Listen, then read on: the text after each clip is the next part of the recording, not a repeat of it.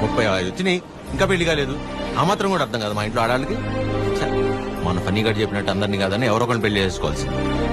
అయినా ఇంట్లో వాళ్ళు కాదని అలా చేసుకుంటా చెప్పు. హ్మ్. ఇలా నన్ను ఎవరన్నా చూస్తే నాకు పిచ్చి అనుకుంటారేమో సూర్య. హలో. చూసావా, నువ్వు కూడా ఆకాశం నుంచి హలో చెప్తున్నట్టు అనిపిస్తుంది. ఎక్స్క్యూజ్ మీ, ఇక్కడ. ఎక్కడమ్మా?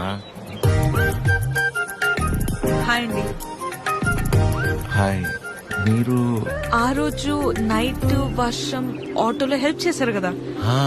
మీరా? Sorry. It's okay. Aadya. Chiru. ఏం చేస్తున్నారు? ఏం లేదండి, ఒక చిన్న కళ్యాణ మండపం ఉంది, అది అది నడుపుకుంటూ కాదండి, ఆ? ఇక్కడేం చేస్తున్నారు? ఎవరితో మాట్లాడుతున్నారు? ఓహో అదా, సూర్యుడితో అండి. ఏం లేదండి, ఈ మధ్య మన బాధని చెప్పుకుంటుంటే వినేటప్పుడు బాగానే వింటున్నారండి, కానీ పక్కిలు మోసేస్తున్నారు.